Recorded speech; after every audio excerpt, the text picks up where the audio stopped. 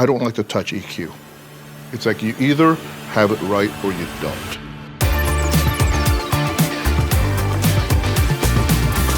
Today at Bakehouse, I'm going to talk about my passion, which is signal flow, microphones being in the front part of the signal flow.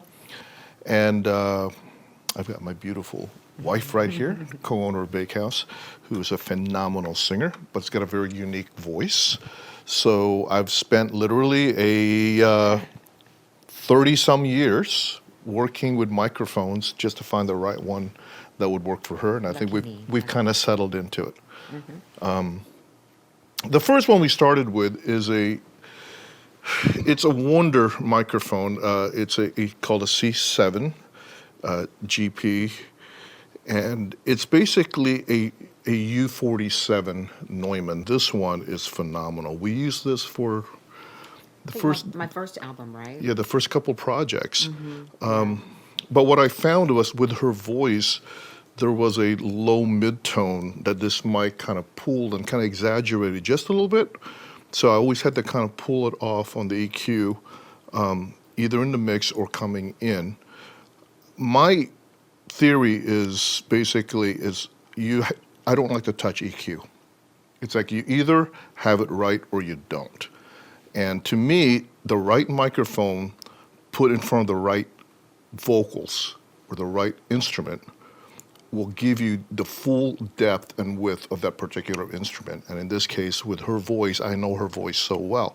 So we went from the 47, and this is pretty much what we landed on, which is the Neumann U49V, which is a reissue of the M49. It's not a U49, it's an M49. These microphones, the vintage series on these, I was going to buy one from a friend of mine, Bill Schnee, and I ended up not doing that because he told me that he thought this one sounded great on her voice. So what I decided to do was go ahead and buy one anyway, but buy the reissue one so that way I wouldn't have any problems with it. And we started using it, and instantly. Oh, it's incredible. What did you think? What was the difference, you think? Well, two things. The first thing is I can hear everything. Like, I can hear every little nuance. And as a vocalist, you know, what you hear in your headphones really determines how well you can sing the song, because you're putting something out there, and when you can hear back exactly what you're singing, it helps you make those adjustments for interpretation.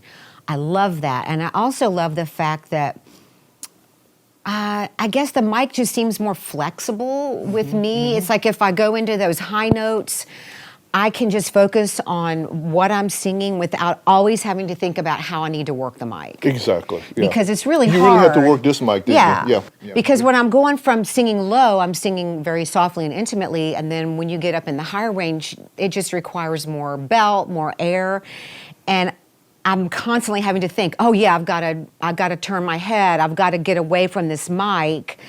And I just felt a lot more freedom just to sing with this mic. And this is my mic forever. But I'll let some special people use it. You do share it with Jason Upton. Yeah, I share it with Jason Upton. And this mic loves Jason Upton's voice. It loves Denise's voice. And Jason will sing 1 inch away from this mic, and he'll know exactly how to work the mic off to the side, off axis, depending on his headphone mix. If he's got a good headphone mix, he's got incredible technique.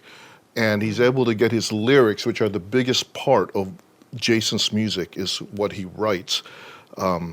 His lyrics come through very clearly. Yeah. And it's a beautiful mic for that. I love the fact that I can sing, like you said, an inch or two away from it and capture that intimacy, or I can belt a bit more, and the mic doesn't distort. It can handle both of those ranges. But how did you know to pick this mic? What caused you to be inclined toward it? Basically, what other singers in history have used this mic? And like your voice, your voice, you have a very specific sort of a crooner sound where that depth has to be captured and that air has to be captured, and this particular mic just has that reputation. I think I started as a broadcast mic. I don't know if it actually started as a singer's mic. So, but it's, the vintage series of these microphones start at $17,000 and go on up to $50,000. So they're getting harder to find, the vintage ones. So the reissues one like this are perfect because, for one, maintenance. Yeah. Very few hours on it, so it makes it easy. But I'm about the sound, not necessarily the vintage side of things. So here's a question. For obviously different styles of music, different styles of singing, would you use different microphones on the same singer because the song is different and it just requires a different approach? Absolutely, So, yeah. absolutely. On your voice, if we're going with the, let's say, My Funny Valentine, The standards. the standards, the slower standards, this microphone works sometimes depending on the key that you're singing in. Yeah. But the other mic that we have discovered together is this one over here, which is another microphone that is a reissue of a vintage microphone. It's a U67. This microphone is it's a beautiful top air high end. So when she's singing in dark tones where the lyrical content or the key kind of darkens in the mix, when I put her on here, it just adds that air on there. And I don't like to work with EQs. To me, it's if you can grab things with the right microphone, with the right instrument, right vocal, bring it into your signal chain, you shouldn't have to touch it all the way through the mix.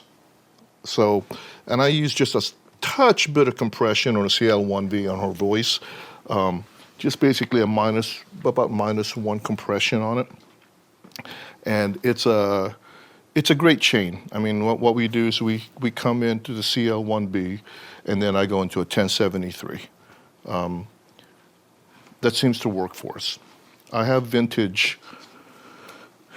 vintage Neve here from the 70s. It's a 33-122A, which works as well, but I think we found that if we get the right mic, the right compression, the preamp, we can be a little more generic on that. We're not generic, but we can go with it. A couple other mics here that we have that we've tried with Denise, but I don't think necessarily works with her voice.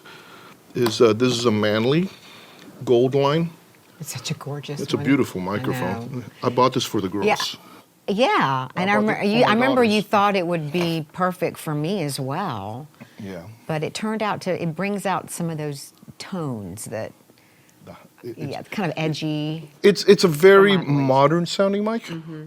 Yeah. It's just very clear. I think if you ran this into a 2-inch tape with that kind of soft saturation, this mic would sound great. But going through into Pro Tools, I'm not. I mean, it's good. It's okay. I like the mic. Interestingly enough, Jason Cale used this mic. And that worked really well. Yeah. For him. So we have a friend, Rob Carranza, is a producer who is producing a friend of ours.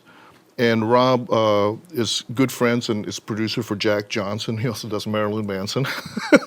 When he came in here and used the studio, and I said, just leave everything set up. I want to see your signal chain. I want to see what you're doing for Jason Cale, this artist. And this was the mic he had up. I'm going like, what? I mean, Jay's a rocker. He's a blues rocker voice.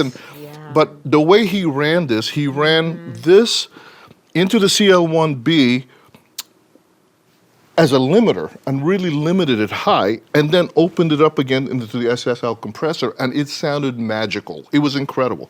And in fact, we just got the mix back for that. He's done such a great job on that. Again, the producer has to know the artist, their voice, Exactly. the tones, what they're trying to accomplish, and the sound that they want to get. It's not one size fits all. Well, if you capture it and you try to stay pure all the way through, and that's the thing about what we do is we're trying to be here at Bakehouse. We want to be purists, not to the point of detriment, but purists in the sense that grab it with the highest quality as you possibly can, and then you don't have to try to fix it in the mix. you actually wrap everything around that voice. So all the tones, the type of guitar I choose behind her voice, even the piano. I mean, sometimes the Baldwin is not the perfect piano around you, although 99% of the times it is. Pretty good. But yeah, little things like that, subtleties, or even the type of bass, the tone of the bass, it all has to fit together. Last but not least is probably one of the more popular mics today. I'll hold my opinion on it. I mean, it's a great microphone, and it's great to have her in the studio. But I think it has kind of similar function, sound as, well, I know somebody's going to say, no, it doesn't.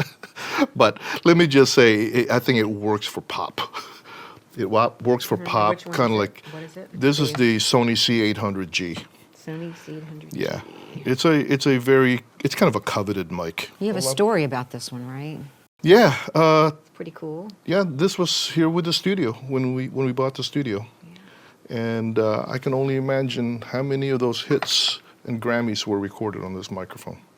But I don't know for sure exactly who used it. But you know, everybody we had people that sang here, from Missy Elliott to Justin Timberlake to Kanye West, Jay-Z, Beyonce.